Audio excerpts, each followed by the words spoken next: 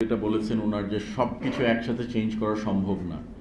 আমি মনে করি সব কিছু চেঞ্জ না করতে পারলেও আমাদের মাইন্ডসেটটা যদি চেঞ্জ করতে পারি, আমাদের চিন্তাধারাটা যদি চেঞ্জ করতে পারি, অনেক কিছু চেঞ্জ হয়ে যাবে। এই যে ময়লার যে ভিডিও ক্লিপসগুলো দেখালেন, এটা নিয়ে সরকার কাজ করার থেকে কিন্তু সবার সচেতন হতে হবে।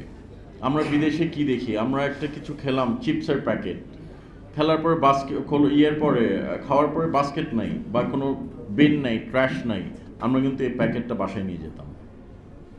এবং এই জিনিসটা আমার অনেক ফ্রেন্ড যারা বাংলাদেশি ফ্রেন্ড, তারাও এই কাজটা করতো। কিন্তু ঢাকায় আসার পরে বা দেশে আসার পরে দেখি ওই চিপসের প্যাকেট খাচ্ছেন, ফেলছেন রাস্তায়। সো এটা কিন্তু মাইন্ডসেটের, ইটস নট যে মানুষ জানে না। হ্যাঁ, অনেক সময় মানুষ জানে না, উই হ্যাভ টু এডুকেট, যার জন্য আমরা বলছি যে এই ভিডিও ক্লিপসগুলো করছি আমরা এডুকেট করার জন্য।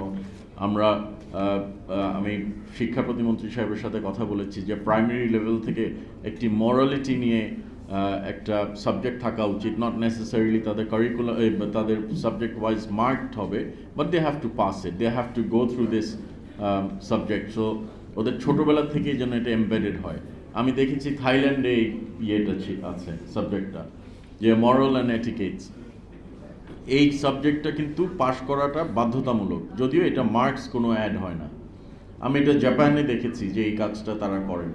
সো এই জিনিসটা আমরা যদি আমাদের প্রাইমারি লেভেল থেকে আমাদের স্টুডেন্টদেরকে শেখাতে পারি, আই থিঙ্ক এটা একটা বিগ ইম্প্যাক্ট আসবে ইভেনচুয়ালি। যেটা ঘুটা দিয়ে যেটা শেখালেন উনি নফল ভাই, ওরকম যদি আমরা একটু নাড়াচাড়া করি আমাদের মোরালিটি নিয়ে, মূল্যবোধ নিয়ে, তাহলে আমরা অনেক এগিয়ে যেতে পারবো।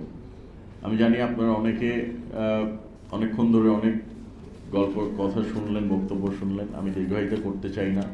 আমাদের প্রধান অতিথি সাহেব আছেন, প্লাস আমাদের